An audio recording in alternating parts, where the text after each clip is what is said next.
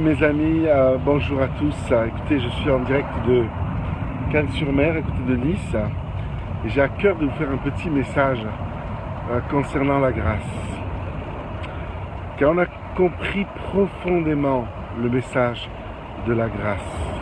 Croyez-moi, mes amis, où Dieu nous pardonne d'une façon inconditionnelle, quand nous nous repentons vraiment, et que nous voulons avancer avec lui, que nous voulons dépendre de plus en plus de lui. Dieu est toujours là.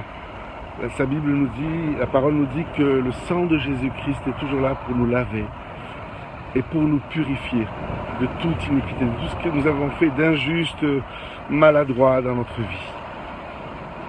Et c'est très important aussi d'avoir cet esprit de grâce dans nos cœurs vis-à-vis des autres. Même Jésus l'a dit, si on te fait du mal 7 fois, 77 fois dans une seule et même journée, pardonne. Pardonner, c'est oublier. Pardonner, c'est regarder tout à nouveau la personne comme si elle n'avait jamais péché à ce niveau-là. Bien sûr, après il y a des gens méchants dont il faut s'éloigner parce qu'ils ne sont pas repentants, parce qu'il va nous faire du mal. Ça, c'est un fait. Même la Bible dit, éloignez le méchant du milieu de vous, pour préserver un groupe, une église, une communauté, et aussi de s'éloigner des gens aussi qui sont là vraiment pour nous faire du mal, de se rassembler avec des gens positifs, avec des gens qui sont dans le même état d'esprit que nous, qui marchent dans l'amour, dans les objectifs de Dieu, dans sa vision. Mais mes amis, que Dieu nous aide. Si Dieu nous avait...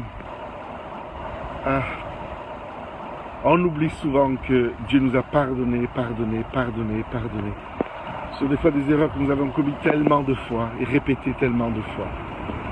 Vous savez, j'aime bien l'apôtre Paul, beaucoup de gens ne le savent pas, mais l'apôtre Paul, personnellement, au début de sa vie, de son ministère, il était rempli du Saint-Esprit, il était consacré à Dieu, mais aussi il avait la fougue en lui, on le connaît, c'était Saul de Tarse, qui persécutait l'Église, pensant qu'il était dans le plan de Dieu, alors qu'il était complètement pas du tout dans le plan de Dieu, dans le plan humain, de la religiosité. Et au début de son ministère, il dit, j'ai fait plus que tous les autres apôtres.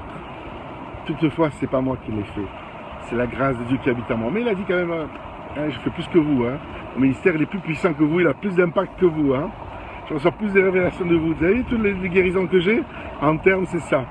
Ce que beaucoup, des fois, depuis le ministère pensent, sans le dire ouvertement, mais ce qu'ils pensent, parce qu'il y a un esprit de compétition. C'est tellement humain, on le retrouve tellement dans les ministères. Donc on comprend que Paul est passé par là. 4 ans après, il dit, je suis un frère parmi les autres frères anciens. 4 ans encore plus tard, il dit, je suis le plus petit des frères anciens. Et à la fin de sa vie, écoutez-moi bien, mes amis.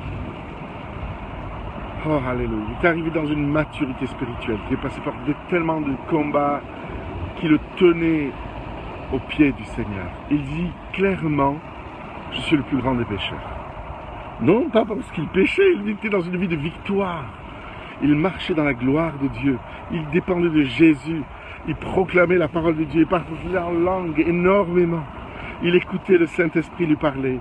Et il faisait ce que Dieu lui disait de faire. Et il a bâti. Et on voit les fruits. On reconnaît un arbre à ses fruits, à ses résultats.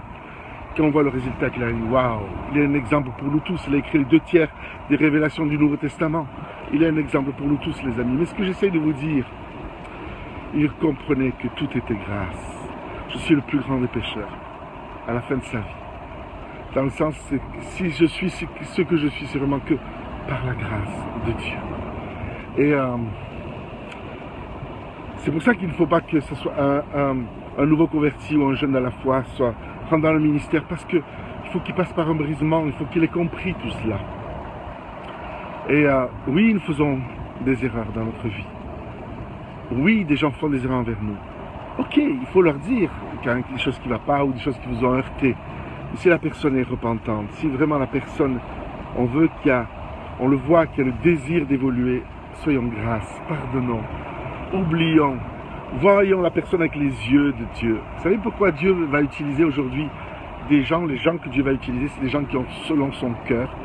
Ils ont un cœur où ils voient la vision de Dieu, la destinée des gens, au-delà des circonstances, mais qui vont dire la vérité à ces personnes en disant, écoute, il y a ça, ça, ça dans ta vie à réformer, mais sache que Dieu t'aime, parce que Dieu a prévu ça et ça et ça pour ta vie. Voilà les vrais prophètes que Dieu va susciter. Des hommes qui voient au-delà des circonstances, qui voient la vision de Dieu, le potentiel de Dieu dans une personne, et qui le proclament sur la vie de cette personne pour l'encourager, en disant oui, il y a ça qu'il faut que tu réformes dans ta vie, oui, il y a ça qu'il faut vraiment stopper net dans ta vie, oui, il y a tel domaine, il faut une repentance, mais sache que Dieu t'a choisi à cela. Si tu veux voir ces choses se réaliser, il faut réformer ta vie à tel et tel niveau.